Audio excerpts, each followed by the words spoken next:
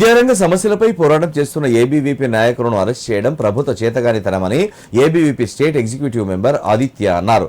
Fee రియంబర్స్మెంట్లు రాక, స్కాలర్షిప్లు రాక విద్యార్థులు తీవ్ర ఇబ్బందులు ఎదుర్కొంటున్నారని పేర్కొన్నారు.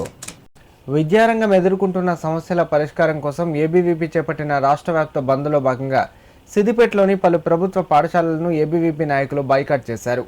ఈ సందర్భంగా ఏబీవీపీ నాయకులు మీడియాతో మాట్లాడారు. రాష్ట్ర ప్రభుత్వం ప్రైవేటు పాఠశాలల ఆగడాలను అరికట్టడంలో పూర్తిగా విఫలమైందని ఆరోపించారు. ఫీజుల నియంత్రణ చేపట్టాలని, ప్రభుత్వ పాఠశాలల్లో సౌకర్యాలు మెరుగుపరిచి నాణ్యమైన విద్య అందించాలని డిమాండ్ చేశారు.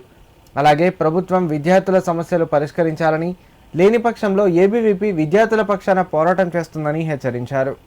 ఈరోజు రాష్ట్ర ప్రభుత్వము పోలీసులను అడ్డం పెట్టుకొని ఏబీవీపీ రాష్ట్ర కార్యదర్శిని కావచ్చు, ఎక్కడికక్కడ కార్యకర్తలను కావచ్చు అరెస్టు చేయడం అనేది మీ యొక్క చాతగానితనానికి నిదర్శనమని స్పష్టంగా కనబడతా ఉన్నది. ఈరోజు ఏబీవీపీ బంద్ ఏ డిమాండ్లపైన ఇచ్చింది? రాష్ట్రంలో 27,000 ప్రభుత్వ పాఠశాలలు ఉంటే 23,000 ప్రభుత్వ పాఠశాలను మూసివేస్తా అన్నావు. మూసివేయొద్దురా బాబు, తెలివి తక్కువనివి కాదు, నువ్వు తెలివి ఉన్నవైతే పాఠశాలలు కట్టాలి అని చెప్పేసి ఏబీవీపీ అడుగుతూ ఉన్నది. ప్రైవేటు పాఠశాలలో ఫీజుల దోపిడీ అరికట్టడానికి ఫీజు నియంత్రణ చట్టాన్ని తీసుకురావాలని చెప్పేసి ఏబీవీపీ బంద్కు పిలుపునిచ్చింది. ప్రభుత్వ పాఠశాలలు శిథిలావస్థకు చేరుకున్నాయి. గ్రామీణ ప్రాంతాలలో పాఠశాలలో టీచింగ్, నాన్ టీచింగ్ పోస్టులు లేవు, ఎంఈఓలు లేరు, డిఈఓలు లేరు. వీటిని వెంటనే భర్తీ చేయాలని చెప్పేసి డిమాండ్ చేసి ఈరోజు ఏబీవీపీ బంద్కు పిలుపునిచ్చింది. ఎక్కడ కూడా కాంగ్రెస్ ప్రభుత్వానికి వ్యతిరేకంగా కాదు, విద్యార్థులకు రావాల్సినటువంటి హక్కుల గురించి ఈరోజు రాష్ట్ర వ్యాప్తంగా బంద్కు పిలుపునిస్తే రాష్ట్రంలో ఎక్కడికక్కడ అరెస్టులు చేయడం అనేది సరికాదు. పోలీసుల ప్రహార దేనికి? శాంతి భద్రతలను కాపాడాల్సింది పోలీసులు. శాంతి భద్రతలకు విరుద్ధంగా ఉంటే అరెస్ట్ చేయాలి.